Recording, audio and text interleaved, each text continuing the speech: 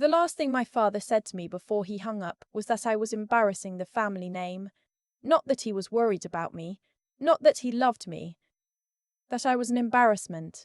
My father, Dr. Gerald Whitmore, has been a cardiologist in Calgary for 32 years. My mother spent 20 of those years as head of nursing administration at Foothills Medical Centre before she retired early to sit on hospital foundation boards and organise charity galas.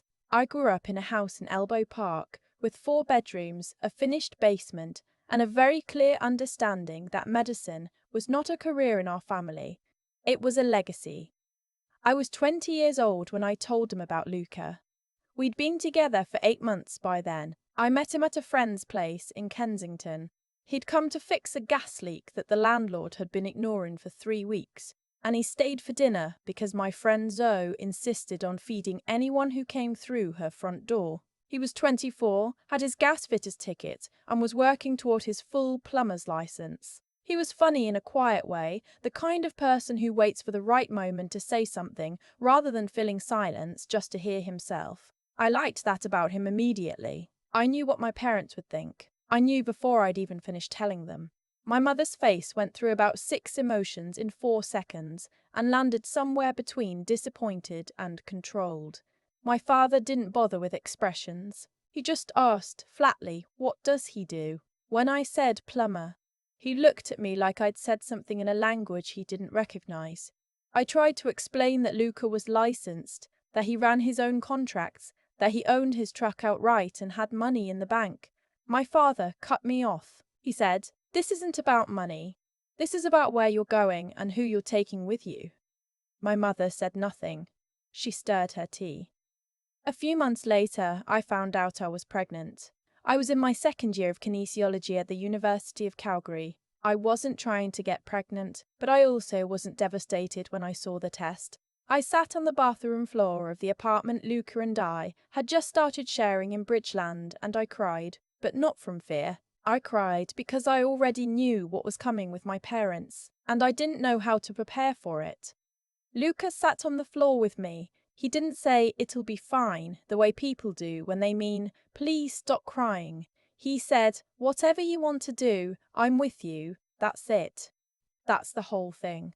I still think about that sometimes, how simple he made it sound and how much he meant it. My parents did not take it well. My mother cried, but not the way mothers cry in movies when they find out they're going to be grandparents. She cried like I told her, someone died. My father paced. He said they paid for my education so I could build something and I was throwing it away. He said Luca would leave. He said it with such certainty, the way he talks about prognosis, like he'd already reviewed the chart and made up his mind. Then he said if I was keeping the baby, I was on my own. I thought he meant financially. I didn't realize he meant completely. I didn't realize he meant that my mother would stop returning my calls. That my younger brother would text me once to say, "I'm sorry, I can't get in the middle of this," and then go quiet for years. I didn't realize that I would send photos of my daughter after she was born and receive nothing back. Not a word, not a card. Her name is Zosia. We named her after Zoe, who drove me to every prenatal appointment when Luca was on a job, who sat in the delivery room and held my hand and cried actual tears of joy at 4:47 in the morning at the Rocky View General. She was the family I had during those first years. Luca and I got married the following spring at a small ceremony in Confederation Park. His parents came from Lethbridge. His sister and her husband flew in from Vancouver. My side was 2 friends and a folding table with sandwiches from the Italian deli on 17th. I wore a dress I found at a vintage shop on Kensington Road that cost $90 and fit me perfectly. I have a photo from that day where I'm laughing at something Luca's mother said. And every time I look at it, I think, this is what it looks like when people actually show up. We built things slowly. Luca grew his business. I finished my degree part-time, taking 2 courses a semester, while Zoe was in daycare, then preschool, then kindergarten. It took me 5 years instead of 4, but I finished. I went on to do a graduate certificate in health and wellness coaching, and eventually started my own practice, working with cardiac rehab patients through a contract with the Alberta Health Services. I know, the irony of ending up in cardiac care was not lost on me. My parents didn't know any of this. Or if they did, they never acknowledged it. Zoe grew up knowing she had grandparents who existed somewhere but weren't present. We didn't lie to her. When she was 7 and asked why she'd never met my parents, I told her that sometimes families have disagreements that take a long time to heal, and that it wasn't her fault, and that she was loved by a lot of people who actually showed up. She seemed to accept that for a while. When she was 12, she asked again more specifically. I gave her a more specific answer. She went quiet for a moment, then said, "So they were embarrassed of Dad?" Not a question. A conclusion. I said yes, basically. She nodded and went back to her homework. She didn't bring it up again for years. Luca's business grew into something real. By the time Zor was in high school, he had 4 employees, a solid commercial contract with a property management company, and a reputation in our neighborhood for being the person you called when other people couldn't fix it. He coached Zoe's soccer team for 3 seasons. He learned to make his mother's cabbage rolls from scratch and spent an entire winter perfecting them. He took Zoe camping in Kananaskis every August and taught her how to read a topographic map and how to start a fire with wet wood. He was present in every single way my parents said a man like him wouldn't be. My parents never saw any of it. Zoe was 17 when she told us she wanted to apply to medical school. Not undergrad first. She meant it as a long-term goal, the way some teenagers map out their whole futures before they've had a chance to discover them. She wanted to be a physician. She'd wanted it since she was 9 and had gone with a school group to tour a clinic, and something about it clicked for her. Luca and I supported her completely. She worked through high school, kept her grades up, volunteered at the Sheldon Tumir Urgent Care Centre on weekends. She did not have a medical dynasty behind her. She had 2 parents who believed her, a part-time job at a coffee shop on 4th Street, and a very determined mind. She got into the University of Alberta Faculty of Medicine on her first application. I sat in our kitchen and cried for 20 minutes when the email came. Luca came home from a job and found me still sitting there with my hands over my face, and he thought something terrible had happened. When I showed him the screen, he sat down beside me and put his arm around me, and neither of us said anything for a while. There was nothing to say. We had just watched our daughter become exactly who she decided to be. I didn't contact my parents to tell them. I thought about it. I decided against it. What would I say? Here's the proof you were wrong. They weren't going to call and say they were proud of a granddaughter they'd never met. And I wasn't interested in trading in the moment for whatever complicated thing would come of reaching out. Life continued. Zoe went to Edmonton. We visited her whenever we could. She came home for holidays and brought her study notes and her easy self-contained confidence that I think she got from Luca. She was happy. We were happy. And then, on a Thursday evening in March, my mother called. I didn't recognize the number. She was calling from a different phone than I had in my contacts, or I might have let it go to voicemail. I answered, and there was a pause, and then her voice, older, quieter, but unmistakably hers, said, "It's your mother." I sat down. She said she was sorry to call out of nowhere. She said she'd thought about calling for a long time. She said she wasn't sure I'd want to hear from her. I didn't say anything. I waited. She said my father had been diagnosed with early-stage heart failure 18 months earlier. She said he was being managed on medication, but his condition had been slowly worsening. She said they had been looking at options and that one of his specialists had raised the possibility of a transplant evaluation. She said they weren't at that stage yet, but they were preparing, and that the evaluation process would mean identifying potential living donors within the family. She said she was calling because she thought I should know. I asked why she was telling me this instead of my brother. She paused. She said my brother had already been tested and ruled out due to a compatibility issue. She said she knew it was a lot to ask. She said she wasn't asking me directly. She just thought I should have the information. I asked her if she knew I'd been working in cardiac rehab for 6 years. She went very quiet. I told her I knew exactly what a heart failure trajectory looked like. I told her I understood the process she was describing, and I told her I needed some time to think. She said she understood. She said she was grateful I'd answered. She said, and this is the part I keep turning over in my head, she said, You turned out exactly like I always knew you could. I didn't respond to that. I said goodbye and hung up. I sat at the kitchen table for a long time. Luca found me there again. Different year, same table. I told him what she'd said. He listened all the way through without interrupting, which is one of his habits that I've always been grateful for. When I finished, he said, "What do you want to do?" I said, "I didn't know yet." He said, "Whatever you decide, I'm with you." That's it. That's the whole thing. Same words. 17 years later. I thought about it for 2 weeks.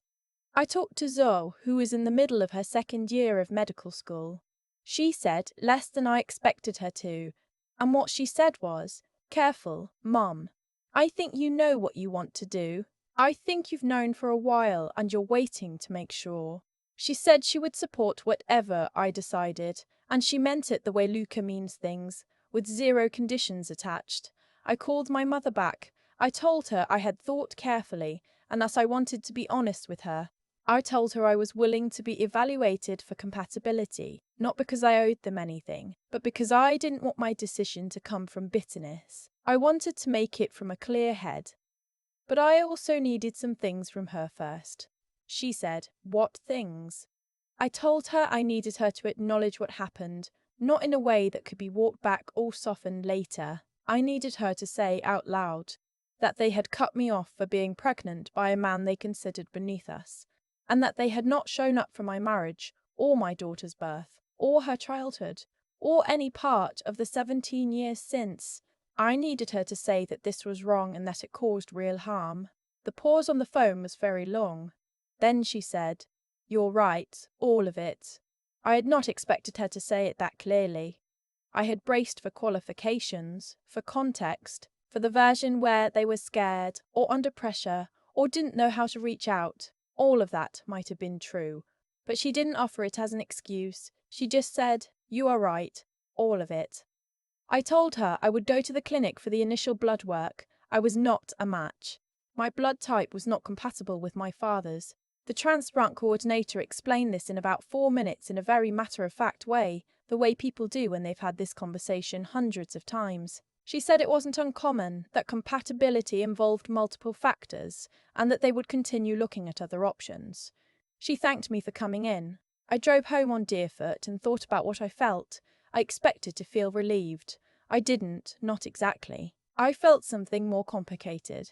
Like a door I had opened carefully, not knowing what was on the other side, and then found it led somewhere I hadn't anticipated. My mother called that evening. I told her the results. She was quiet. Then she said, "I'm still glad you came." I asked her if she wanted to meet for coffee. She said yes. We met at a cafe in Inglewood. She looked older than I expected, though I'm not sure why I expected otherwise. 17 years is a long time. She looked smaller. She was wearing a coat I didn't recognize, obviously, because there were 17 years of coats I hadn't seen. We sat down and ordered, and for about 5 minutes neither of us knew what to say. Then she told me she had watched the announcement in the Calgary Herald's community notices when Zoe was accepted to medical school. I looked at her. She said someone she knew had seen Zoe's name and sent her the notice. She said she'd kept it. She had it in her desk. She said, "I was so proud, and I had no right to be proud of her. I hadn't been there." She looked out the window. That was the moment I understood what we'd done. I didn't cry. I'd thought I might, but I didn't. I just looked at my mother, my actual mother, the woman who'd driven me to swim lessons and read to me at night and taught me to make her shortbread recipe at Christmas, and felt something very tired and also very old, and also, underneath it, something that had been locked for a long time, starting, just slightly, to loosen. I told her I wasn't ready to call it forgiven. She said she wasn't asking me to.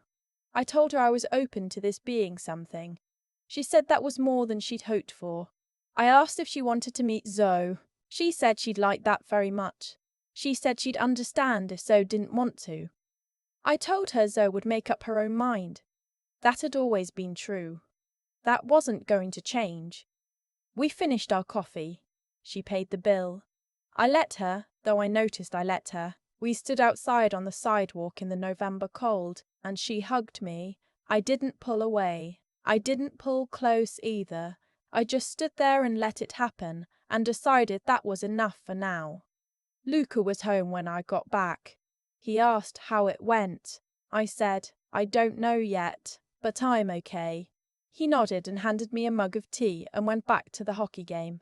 And I sat beside him on the couch, and the house was warm, and Zoe was somewhere in Edmonton with her notes and her future, and outside it was starting to snow the way it does in Calgary in November. Quietly, without any drama, just settling. My father is still being managed on medication. I don't know what his prognosis is. I haven't asked, and I'm not sure I'm the right person to know yet. He and I have not spoken. I don't know if we will. That door is not the one I opened. Maybe someday.